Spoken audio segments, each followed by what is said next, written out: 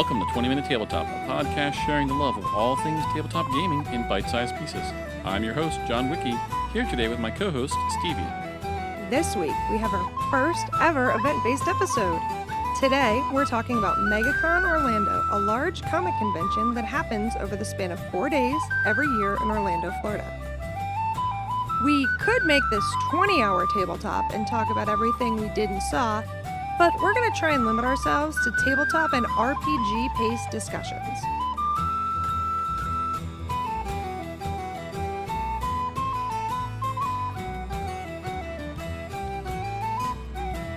Let's talk about what MEGACON Orlando is. So let's turn to the MEGACON website. MEGACON Orlando is one of North America's largest comics, sci-fi, horror, anime, and gaming events that attracts hundreds of thousands of people across 4 big days. Every year, MEGACON offers exciting, family-friendly attractions, events, and world-renowned celebrities.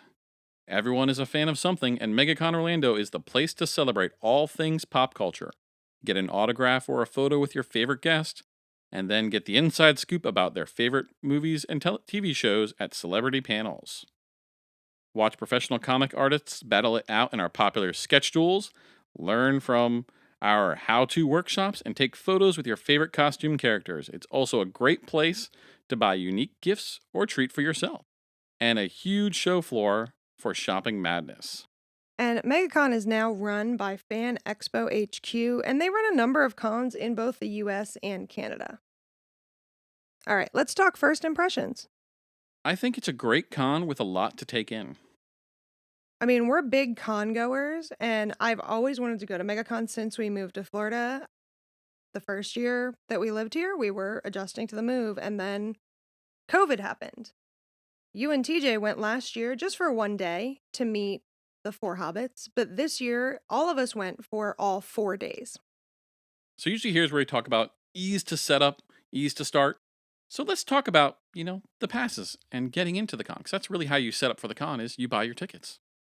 Right. So they offer a variety of tickets. There's a single day ticket with varying prices. They have a family pass for 2 adults and up to 4 kids. So if you're going as a family, this is typically your best bet, but it does sell out really fast.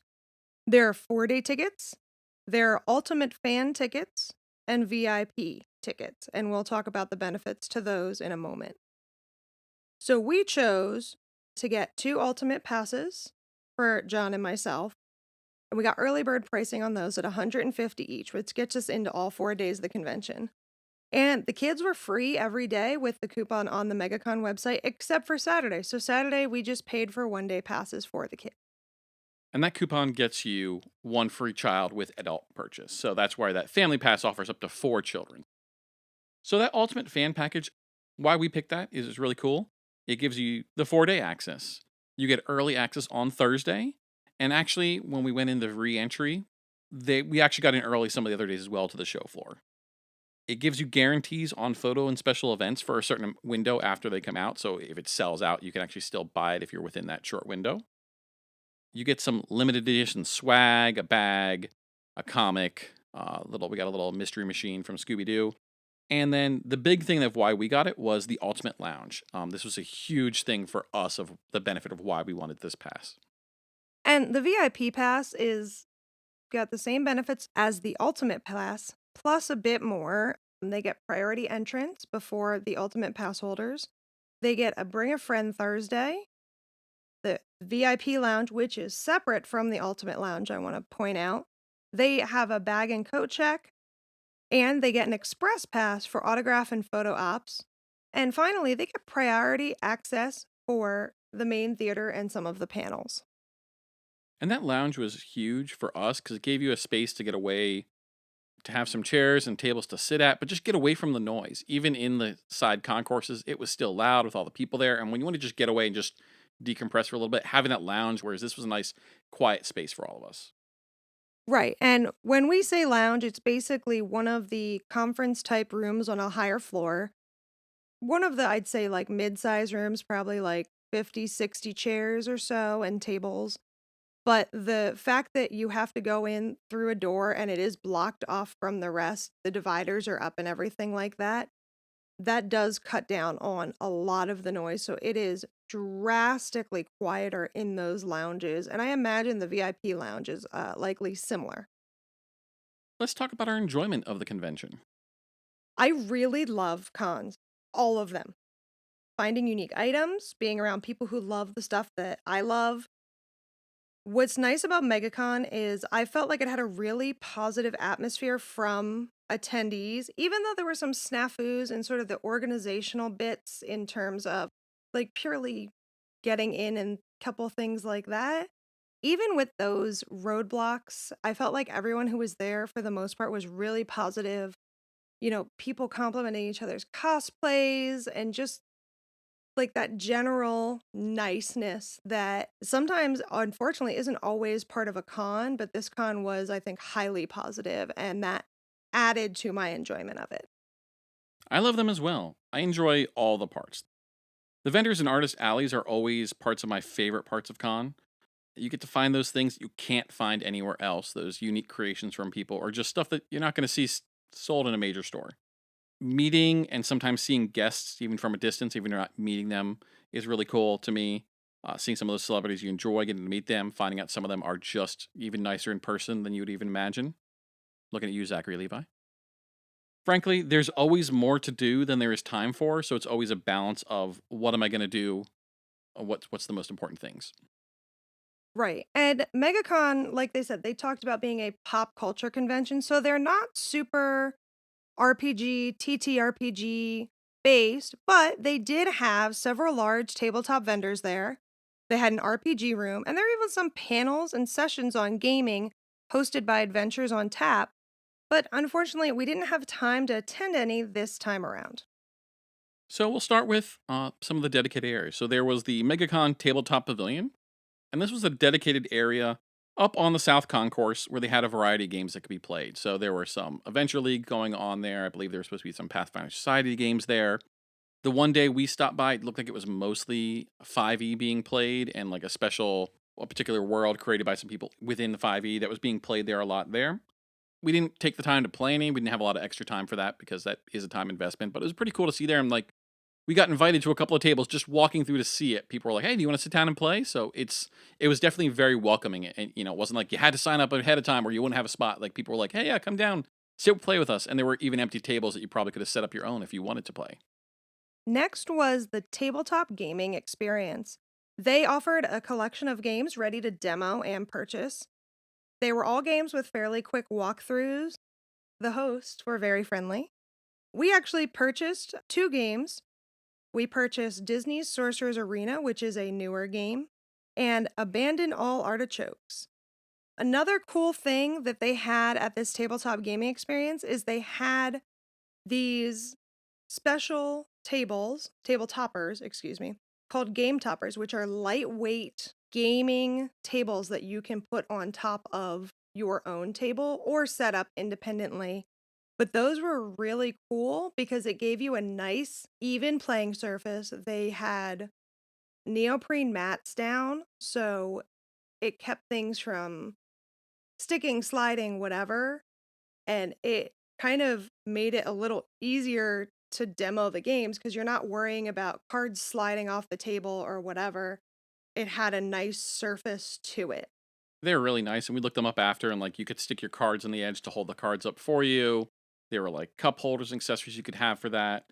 Those are really neat, and actually they were really great. And the way they walked through the game was cool because they walked through that Disney Sorcerer game, and Sam and TJ are sitting there playing it. While then we talked to them about the artichoke game because I was while they were doing that, I'm looking at Abandoned All Artichoke, looking at them like this looks kind of cool. And so he was explaining that to us, and they were already starting playing the game. That's how easily and quick of a walkthrough. And they gave a high level. It wasn't everything you do, but they were able to start playing it right away. And we were looking at the other game at the same time. And it was like, you're just going to go purchase these, aren't you? And you know me, I can't leave any con without buying at least one new game. So next we have a local business to us, the Crafty Gamer. I was super excited to get to see their booth there that they had. And they are the first candle and hobby shop hybrid. They sell scented candles themed to RPG, TTRPG centric, but they also sell all sorts of board games and RPG. and all sorts of stuff. And they have their own physical shop in Winter Park, Florida, but they were at the con. They go to a lot of the different conventions and have both of those there. They offer different candles and wax melts and oils in all their different scents. And they had a fun collection of board games there as well that you could purchase. And because I can't go anywhere and not buy a board game, we came home with Till the Last Gasp from Darrington Press, as well as a candle, a tumbler, and 2 room sprays. So they were amazingly friendly and kind, chatting to us while they were busy checking people out. They're also on social media as Crafty Gamer Shop on all platforms. And if you're not following their TikTok and Instagram, you are missing out. They are very funny, geeky tabletop and candle content, and their TikTok game is on point. It is definitely one of my favorite things on TikTok right now is to go and see what their new videos are because they just crack me up. Next, we're going to talk about Rad Dice and Gaming. Rad Dice and Gaming likes to say that they have the finest hoard of gaming accessories. The company started with creating a dragon egg dice holder for friends to complete a project that Jonathan, the owner's late wife, had started, which led to him starting his own company. 10% of all his profits go to charities such as The Good Left Undone. He 3D prints some phenomenal and stunning RPG items. In addition to the dragon egg dice holder, which holds a full set of dice, he also has the holy hand grenade that holds over 100 dice, and that is on my wish list for the future. What we did pick up this go round was a dice dragon, which is a gorgeous, long, movable dragon, and its body consists of several different dice. So at the head, it starts off with a d20, and it progresses through d12s, d10s, d8s, and so on until the tail is made up of that rune-like d4.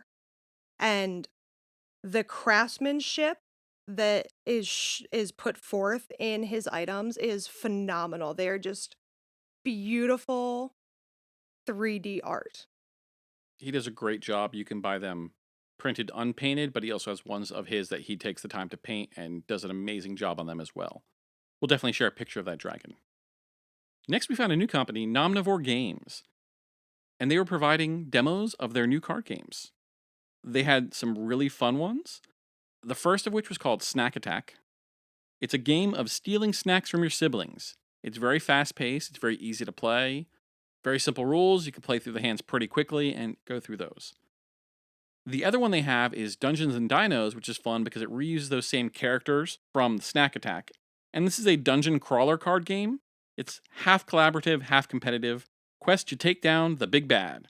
The story is the Nomosaurs, who are featured in Snack Attack, find their dad's TTRPG manual, and so they play out and play pretend their own way of their own adventures. So you face these monsters, but the monster might be their dog dressed up a little bit, or the squirrel in the attic, or the monster that you're taking on. And of course, we walked away with both of these games. Because I can't not buy the game. But I will say that we actually, that afternoon after we bought Snack Attack, we were in the lounge relaxing and taking a break from the noise and the chaos. And TJ and I pulled out Snack Attack and played it sitting in the lounge just to pass the time while we were all unwinding for a little bit. And that's how quick and easy it is to learn. I also want to point out that one of their big beliefs is making games accessible for everyone. So the cards for both of their games use a dyslexic-friendly font so that they are more accessible. And I know that Snack Attack also is able to be adapted for Braille. So there are dots in the bottom of the card, and if you poke through the dots that are indicated, it actually turns the cards into Braille, so they will be accessible to people with low vision or blindness. The next random encounter we found in Artist Alley was Topo Dog. This was a company we had previously met at QuestCon and had purchased some of their games there, and they had them here as well. Because I can't not buy a game. They are providing demos of their various games. They have Anarcade 8-Bit Rummy, Anarcade Deck Building Game, and Wreck-A-Mech, which is also a deck building game. I think the standout for me is the 8-Bit Rummy. This is one that TJ immediately walked up and just started playing because he remembered it because we owned it at home. You have a set of cards, each have 3 numbers, one on top, one on middle, one on bottom, and essentially you need to arrange them so you get the same numbers in the row and you match up and get sets of numbers there. as you do in Rummy, but it has an extra level of being multiple rows and kind of arranging them there. And there's rules on how you deal it and when you turn over cards, but it's a fun little game, very easy to learn and easy to play, but has that challenge of the multiple rows. Right, when we met them at QuestCon last year, the game that actually drew TJ in was their Recomec game, where you're basically building a robot and then you kind of have a little robot battle. And based on how that goes, your robot loses parts, you have to draw to create new parts, and thus that's the deck building section. It's another quick to learn and easy to implement game. The gameplay is a bit longer than 8-bit Rummy, but it's still a lot of fun.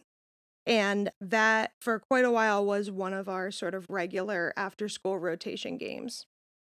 Next, we ran across a new company called Geek Therapeutics. They make dice trays, a leather dice vault, dice mats, foldable magnetic dice towers. They also had a geek therapy card deck for both therapists or patients to use, and it covers all sorts of things. They're mindfulness exercises, but they cover everything from video games to RPGs to board games, and they have a great variety of mindfulness exercises that have been adapted to geek themes. They also had some interesting books. The one that I picked up is called Checkpoints and Autosaves: Parenting Geeks to Thrive in the Age of Geekdom. And they had several other titles that were a bit more marketed towards therapists, but they have a lot of phenomenal products that are an interesting way of engaging with mindfulness and therapy practices through that geek lens.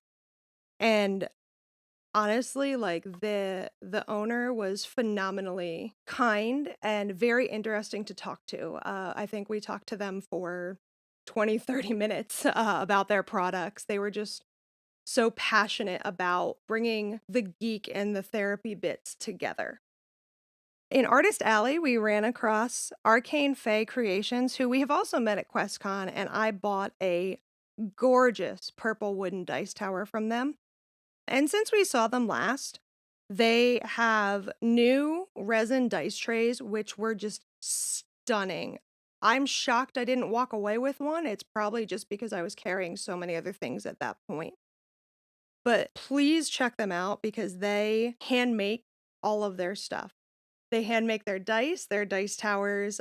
They have wooden spell slot trackers, as well as, like I said, those resin dice trays. And everything is just gorgeous artistry. Again, it's very well made. It's very carefully made. You can tell the care that went into their craftsmanship. And while I walked away with one of the foldable magnetic dice towers from Geek Therapeutics, the one you have from Arcane Phase, just absolutely beautiful. And when we have purple, it's a purple stain. Like you can still see the wood grain. It's beautiful, and you get that great click clack sound when you put dice down a wooden dice tower. I should note that the magnetic tray that I got from Geek Therapeutics is also purple because it's purple. And so as we were walking around, obviously there were a lot of vendors and a lot of other artists that also had plenty of dice. You had resin dice, you had stone dice. I think I even saw somebody who had bone dice at one point. You had metal, you had solid metal, you had hollow ones. Amazing, all sorts of great choices. Some of them were very, very unique. Lots of tray options, lots of other leather goods and dice pouches. So there was a lot to offer TTRPG fans because we all need lots of dice and things to put them in. We love a good math rock. As far as guests, honestly, they didn't have much in the way of tabletop related guests, with the exception of Matthew Lillard.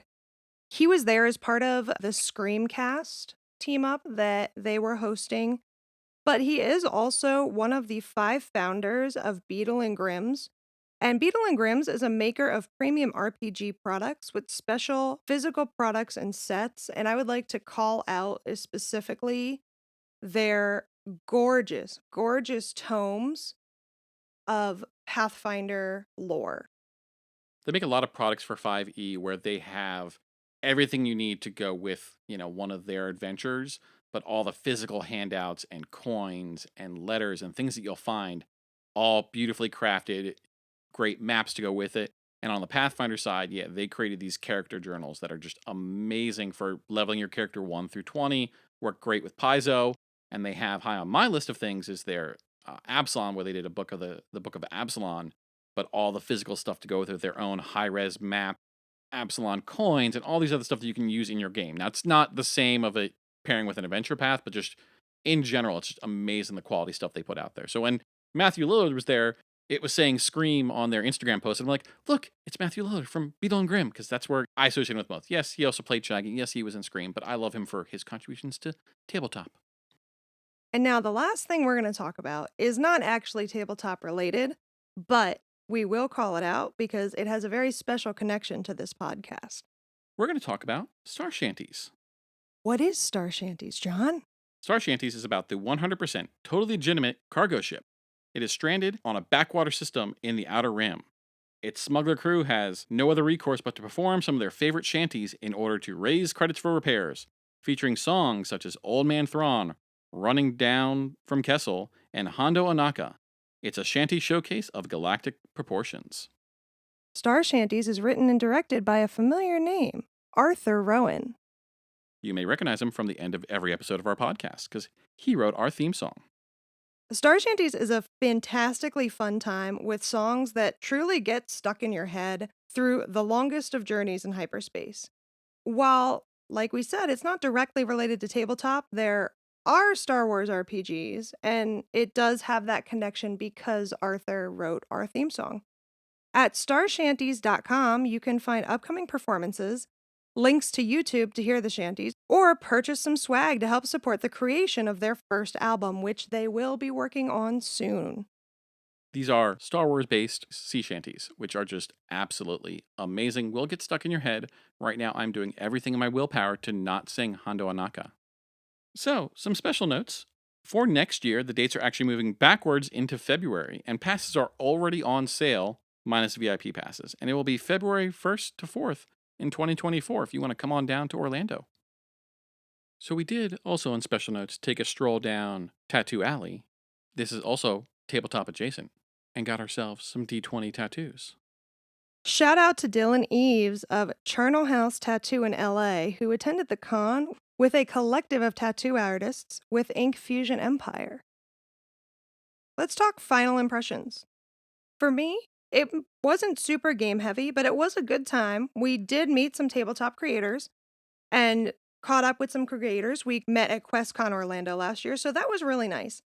There is a lot of anime at this particular con. So if anime is your thing, MEGACON Orlando will be your jam. There were tons of anime cosplays, creators, voiceover artists. Artists Alley was, I feel like, half anime creators, which for people who love anime, this is the place for you. I had a great time at the convention. As a general, all things geeky. There were top-notch guests, lots of vendors and artists, amazing cosplays, which I always love. But I would love to see more tabletop vendors and creators in the future, which I did say in my feedback survey. I mean, it's us. We always want to see more tabletop creators and vendors. I'm your host, John Wiki, and you can find me on Twitter as John_Wiki. That's WICKEE. And I'm Stevie. You can find me at Stevies_games.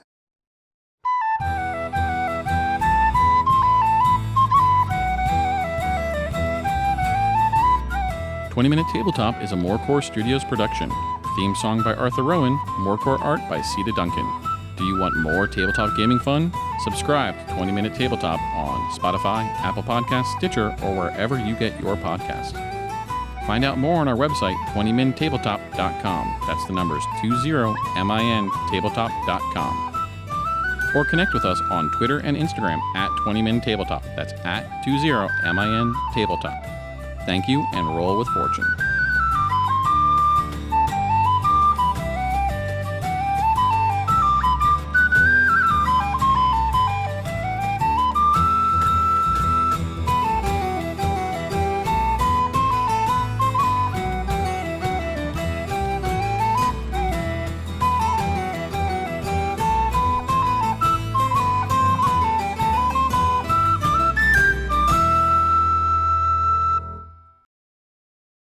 He ruled the Gungans on Naboo, saying how did he really? He said, Misa is the boss of you. All of that's a lie.